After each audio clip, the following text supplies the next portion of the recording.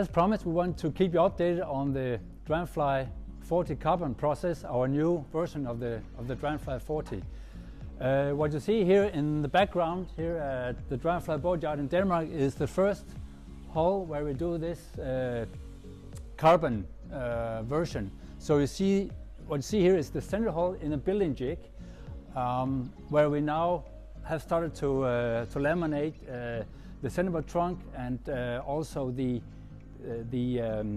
composite bulkheads are now being, let's say, installed and laminated, glued in place. In front of me here you see the first 4 carbon beams. They are now, they've been here for a couple of weeks, so we have now done the final finish, sanding, and we've started to do the installation of the fittings. But also they are now painted with a polyur type paint to get a nice surface, because on the carbon parts we don't have gel coat like the normal GLP parts we do. So when you do carbon, you have to paint everything to get the final finish. As you see here also, we have on the underside of the 4 beams, we have the hull color of the center hull of the hulls to get a more nice even design, let's say visual design picture of the boat when it's sailing. Today we have also just received the 2 floats for the Dragonfly 40 carbon, what we call the Dragonfly 40C.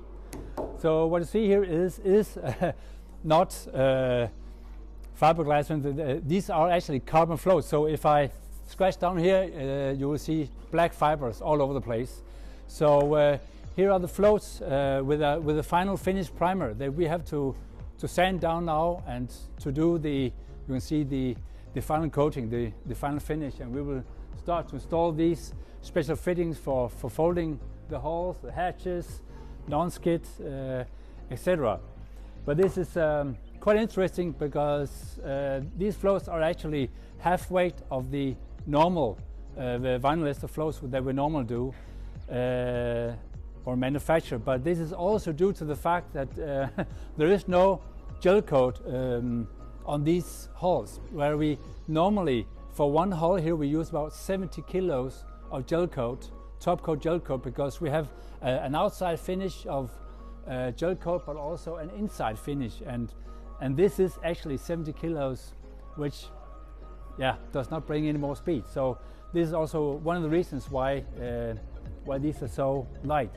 Another thing is that these floats again also manufactured in Sweden at Marström.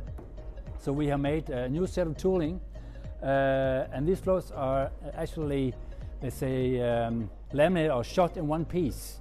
So the molds are put together, and all the materials are set in place and actually made in one go, which is not possible in the way we normally manufacture in GRP.